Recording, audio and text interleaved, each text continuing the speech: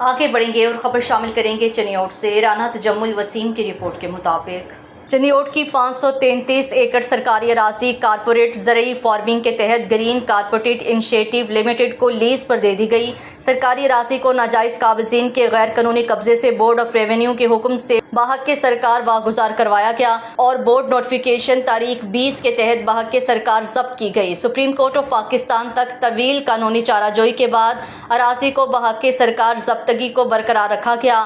533 ایکڑ 3 کنال اراضی حکومت پنجاب اور کالونیز ڈپارٹمنٹ کے نوٹیفیکیشن کے تحت corporate agriculture farming MS green corporate initiative limited کو 20 سالہ لیز پر دی گئی۔ سرکاری لیز کا اعلیٰ سرکار افسران سمیت کسی مقامی شخصیت سے کوئی تعلق نہیں۔ اعلیٰ سرکاری افسران کے متعلق سوشل میڈیا پر وائرل پیغام کا حقیقت سے کوئی تعلق نہیں۔ پروپیگنڈا کرنے اور کروانے والوں کا سرکاری اراضی سے کوئی سروکار نہیں اور نہ استحقاق ہے۔ ضلعی انتظامیہ نے ہزاروں ایکڑ سرکاری اراضی کو واگزار کروا کر قومی خزانے کو کروڑوں روپے کا فائدہ پہنچایا گیا ہے۔ حکومت پنجاب کی ہدایت پر ڈپٹی کمشنر کی زیر نگرانی ضلع بھر میں ناجائز قابضین کے خلاف قانونی کارروائی عمل میں لائی جا رہی ہے۔